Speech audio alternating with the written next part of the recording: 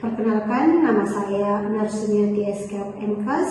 Saya adalah salah satu dosen di Institut Kesehatan dan Bisnis Kurnia Jaya Persada Palopo yang mengampu beberapa mata kuliah, di antaranya pemenuhan kebutuhan dasar manusia, di mana berbobot 4 SKS, yaitu 3 SKS untuk teori dan 1 SKS untuk praktikum.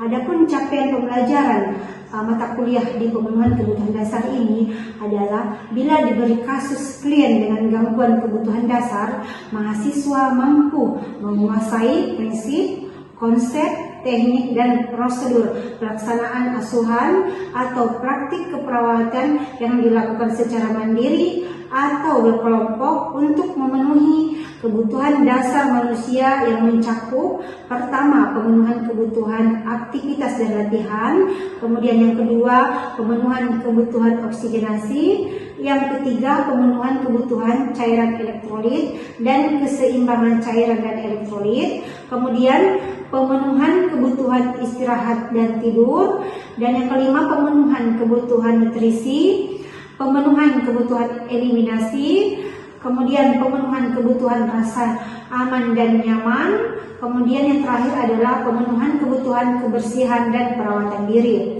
Lalu adapun deskripsi singkat dari mata kuliah ini adalah mata kuliah ini membahas tentang berbagai konsep, prinsip, dan keterampilan klinis perawatan untuk membantu memenuhi berbagai kebutuhan manusia yang mencakup kebutuhan aktivitas dan latihan, kebutuhan oksigen, kebutuhan cairan elektrolit dan keseimbangan cairan elektrolit, kebutuhan istirahat dan tidur, kebutuhan nutrisi, kebutuhan eliminasi, kebutuhan rasa nyaman, kebutuhan kebersihan dan perawatan diri. Kemudian pengalaman belajar meliputi pembelajaran di kelas dan di laboratorium keperawatan. Sekian dan terima kasih. Assalamualaikum warahmatullahi wabarakatuh. Waalaikumsalam warahmatullahi wabarakatuh. Dan selamat siang. Siang. Baik, hari ini kita akan melakukan praktik tentang pemasangan NGT atau nasogastrik tube. Nah, tujuannya apa saja tujuannya? Definisinya apa? Memasang pencernaan atas secara langsungnya berakhir di lambung. Oke, jadi memasang selang masuk ke lambung melalui hidung. Oke, dan melewati tenggorokan. Nah, tujuannya tadi adalah pertama memasukkan makanan atau nutrisi, obat-obatan. Kemudian apa lagi? Mencegah resistensi klaster. Kemudian yang keempat apa lagi? Melakukan bilas lambung. Yang terakhir mengambil spesimen Oke, itu adalah tujuan-tujuan dari pemasangan NGT. Nah, sekarang persiapan alatnya. Alat-alatnya ada di sini ya. Saya sebutkan satu persatu ya, kalian perhatikan. Nah, di sini ada beberapa alat. Yang pertama adalah ini adalah selang NGT. Ukurannya ini FF18, ini untuk dewasa. Semakin kecil ukurannya maka semakin tujuannya untuk ke yang usia misalnya di bawah 18, berarti itu bisa 14 anak-anak. Dia semakin kecil bisa ke bayi dan semakin besar untuk dewasa. Oke, jadi mengikut usia. Nah, selanjutnya ada pinset anatomi. Ini pinset anatomi untuk memasukkan selang ke hidungnya nanti sampai ke lambung. Kemudian ada dispos 10 cc. Dispos 10 cc ini untuk memasukkan udara nanti untuk mengecek apakah sudah tepat sasaran masuk di dalam lambung. Nah, kemudian ada nirobek. Kemudian ada kasa untuk membersihkan hidung.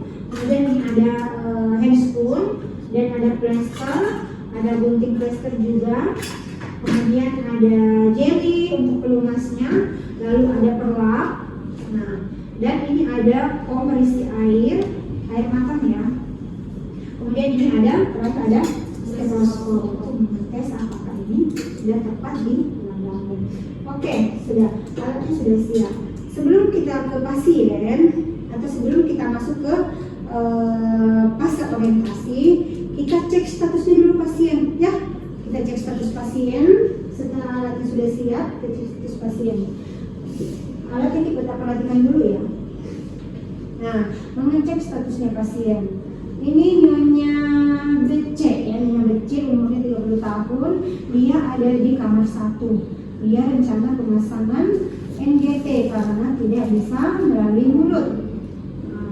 Jadi dia ingin diberikan makanan melalui selang NGT. Oke, saya sudah cek statusnya. Sekarang saya mau mencuci tangan. Cuci tangan. Cuci tangannya berapa langkah? 6 langkah. 6, 2, 3, 4, 5, 6. Oke, sekarang setelah cuci tangan, bawa alat ke lokasi pasien.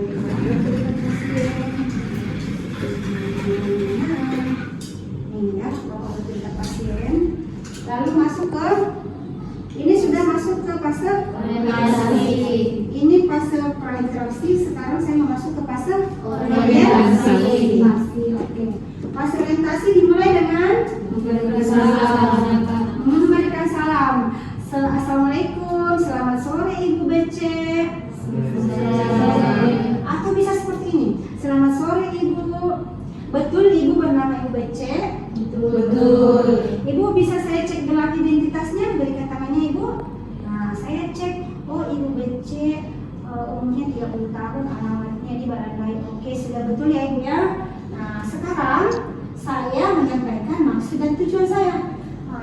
Ibu, permisi Ibu, maksud perkenalkan dulu ya. Perkenalkan, nama saya Suster Suryati yang bertugas hari ini untuk merawat Ibu sampai jam 9 malam.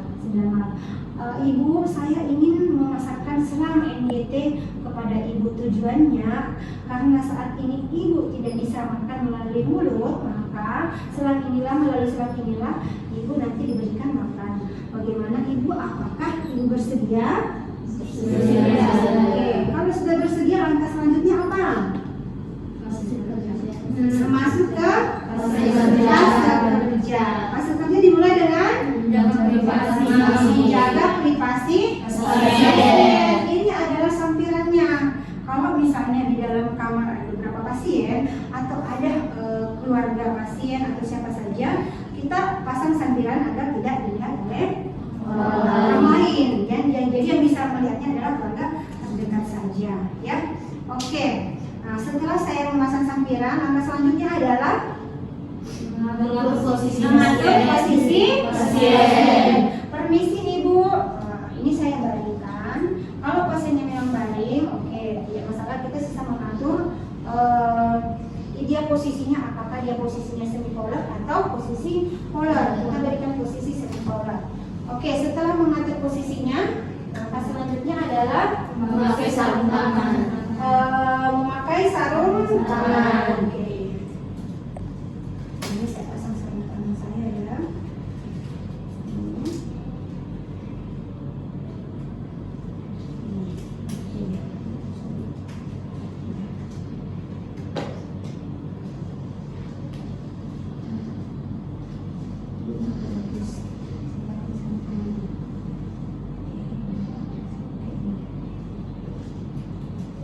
Oke, setelah kita menggunakan sarung tangan, apa yang kita pasang?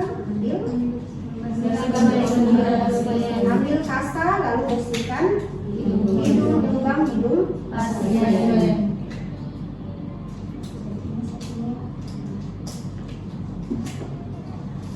Oke, ambil kasa, lalu bersihkan hidungnya pasien. Permisi Ibu. Setelah kita rasa sudah bersih, buang sama. Oke, selanjutnya pasang pelah atau pengalas di atas dadanya pasien. Jangan sampai nanti dia muntah atau ada cairan bisa melepes ke tempat duduk kalau kita tidak mengalasnya. Oke, setelah itu baru saya ambil kita mau mengukur, ya kan? Kita mau mengukur selang NGT-nya, panjang selang NGT-nya di pasien. Oke, ini selang NGT-nya ya, saya ambil. Ingat ya, di selang GT itu ada tanda. Ini ada tanda. Itu jadi jangan usah cari yang lain, ini gampang sekali. Nah, ya kan? Nah, baru oke. Nah, ini kita mau mengukur seberapa panjang selang NGT itu bisa sampai ke dalam lambung. Jangan sampai melewati batas hingga mengiritasi lambungnya, ya. Atau justru sebaliknya, malah tidak sampai ke lambung, kecembangan berbahaya bisa masuk ke paru-paru. Nah, sekarang ini saya ambil dulu ya supaya kalian melihat caranya. Oke, ini mengukur ini dimulai dari apa tadi? Prosesus sifoidus. Permisi ibu, saya ukur selangnya dulu ya. Nah, permisi, ini prosesus sifoidus di sini ya. Nah, ujung sini sampai ke hidung. Setelah sampai di ujung hidung baru kita bawa ke, lihat ya, perhatikan ya. Ini ujung prosesus sifoidus. Perhatikan ya. Baru ujung hidung. Nah, setelah sampai di ujung hidung, kita tarik ke daun telinga. Nah, setelah kita dapat tanda itu, kita tahu ukurannya, panjangnya, baru ini kita berikan tanda supaya tidak melewati batas. Nah, ini sudah saya siapkan. Nih, tandanya diberikan di selang ini supaya ini nanti selangnya tidak melewati batas. Oke? Paham ya? Nah, setelah itu baru setelah kita ukur, baru kita berikan Jelly. Ya, kita berikan jelly ke selangnya sesuai dengan ukuran yang sudah ditentukan tadi. Oke.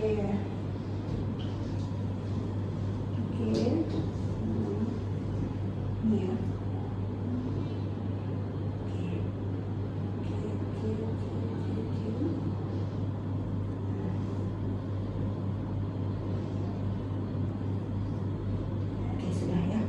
Sudah cukup.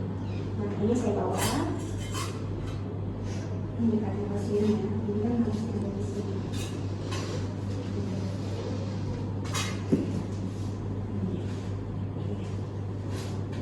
Nah, sekarang kita masukkan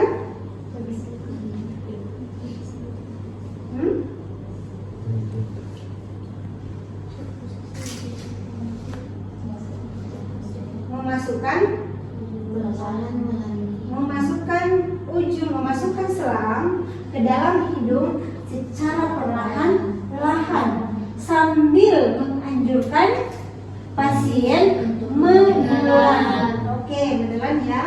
Permisi ibu. Permisi ibu. Ibu menelan. Pada saat ibu menelan itu memudahkan kita mendorong selang sampai ke dalam lambung. Ini kita bisa pakai insert masuk. Sekarang ini kan licin ya. Oke. Nah, masukkan lancar. Ini kalau di manusia itu sebenarnya lebih gampang lagi. Misalnya biasa kalau pasien-pasien sadar dengan tidak sadar itu lebih mudah. Oke. Nah, stop. Nah, sekarang kita lihat apakah sudah masuk di dalam lambung atau tidak. Nah, sudah ya? Sudah lihat ya? Nah, sekarang kalian perhatikan apakah sudah tepat di dalam lambung? Sudah tepat. Nah, ini pas ya? Nah, pas. Oke, setelah masuk ke dalam lambung, baru kita apa tadi? Ini, ya kan? Nah, cek posisinya selang. Ada 3 cara tadi kan? Cara untuk mengecek posisinya selang, apakah sudah tepat masuk di dalam lambung. Di patung bisa kita lihat, tetapi di manusia kita tidak bisa lihat, ya kan? Nah, inilah ada 3 cara untuk mengeceknya.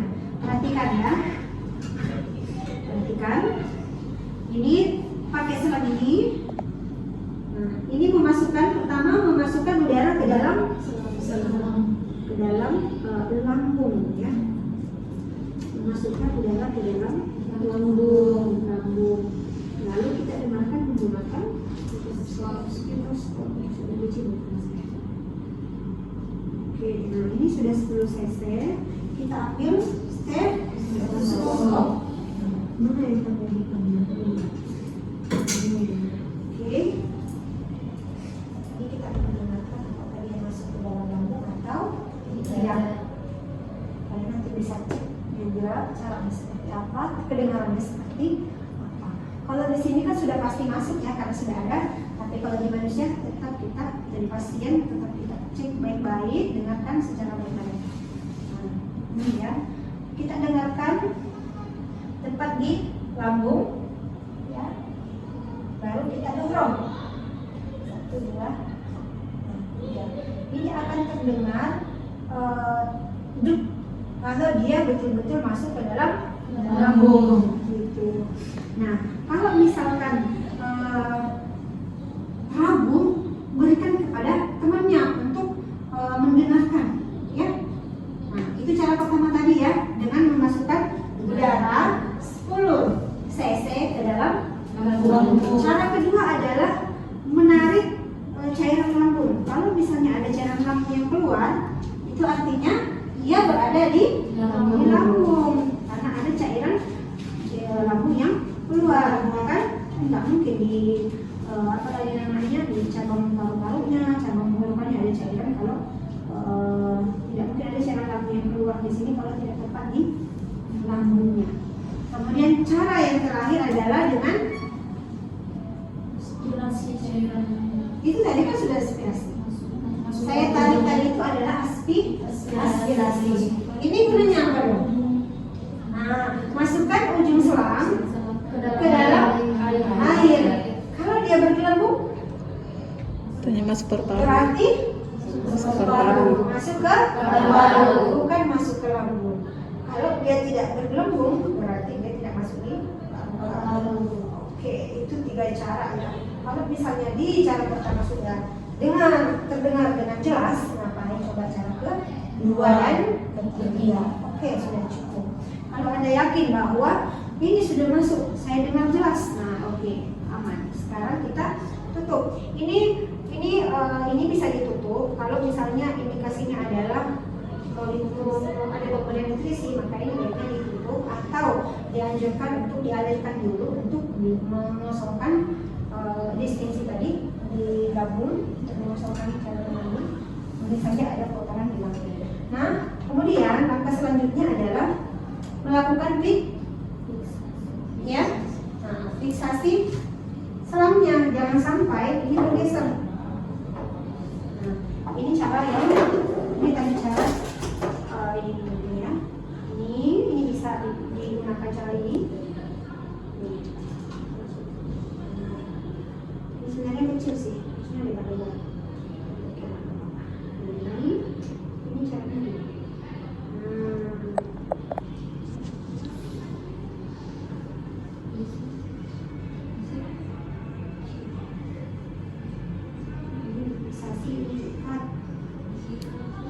Disilang ya, disilang. Ini juga fiksasi, berarti di fiksasi silang. Ini. Nah, terus oke. Ini sudah terfiksasi dengan kuat. Jadi dia tidak mudah lepas. Ini berminyak ya. Kita tulis sebanyak minyak. Jadi biasa gampang dilepas. Dan ini juga harus selalu dirawat. Ya. Oke, setelah itu setelah kita melakukan fiksasi, kita bereskan alat. Nah, ini saya bawa alatnya, saya bereskan, lalu saya bereskan alat, saya buka pensilnya, ini, lalu saya cuci tangan. Bisa saya cuci tangan sebelum saya reinforcement kepada pasien. Ini sudah masuk ke fase terminasi.